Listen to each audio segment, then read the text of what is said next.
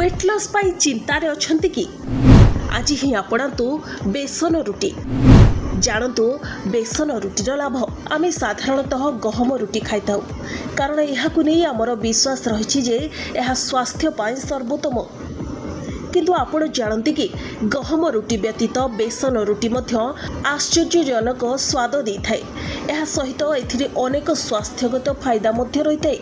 बेसन रुटी protein fibre एवं आवश्यक पोषक तत्व रे भरपूर जहाँ शरीर को भितरु शक्तिशाली करिथाय विशेष करी डायबिटीज रोगी एवं वेट लॉस करुथिबा लोकंक पाई बेसन रुटी एक वरदान सदृश होइथाय। तेबे आसंतु बेसन रुटीर लाभ विषय जानिबा। यह डायबिटीज नियंत्रण में साहाय्य करे। बेसन रुटीर सबुठारु बड़ लाभ हेउछि यह ब्लड सुगार हठात वृद्धि पाइबारु रोकिथाए। एथिरे ग्लाइसेमिक इंडेक्स कम रहिथाए जहाँ शरीर में सुगार को धीरे धीरे छाड़िथाए। एही कारणरू एही रुटी डायबिटीज रोगींक पाई खूब लाभदायक। यह कोलेस्ट्रोल नियंत्रण करिथाए।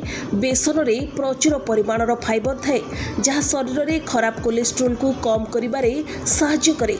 यह हृदरोगर आशंका मध्य कमाई थाए। जदि आपण निज हृदय स्वास्थ्यर जत्न नेबाकु चाहते तेबे बेसन रुटी आपणक पाई एक सठिक चॉइस होई पारे। यह सहित वेट लॉस पाई मध्य प्रभावशाली होइथे।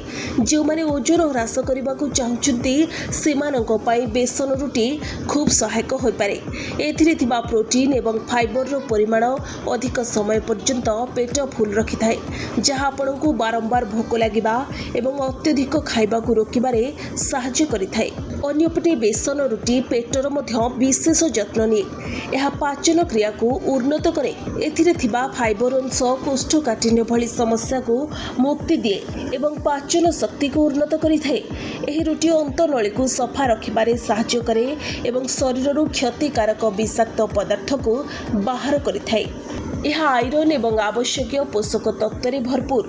बेसन केवल प्रोटीन एवं फाइबर एक भल उत्स नुहे बरं एथिरे आयरन भली अत्यावश्यक मिनेराल्स मध्य रही।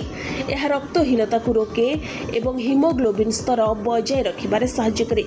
एही रुटी विशेष करी महिला एवं पिलामानक पाई लाभदायक होइथाय। तेबे चलंतु जानिबा किपरि तयारी हेबो एही बेसन रुटी। यह तयारी करबा खूब सहज। आपण अल्प जुआणी लुण कंचा लंका पियाज एवं धनिया मिसाई बेसन रुटी तैयारी करि परिबे। जदि इच्छा हुए तेबे आपण किछि गहम अटा मध्य मिसाई परिबे।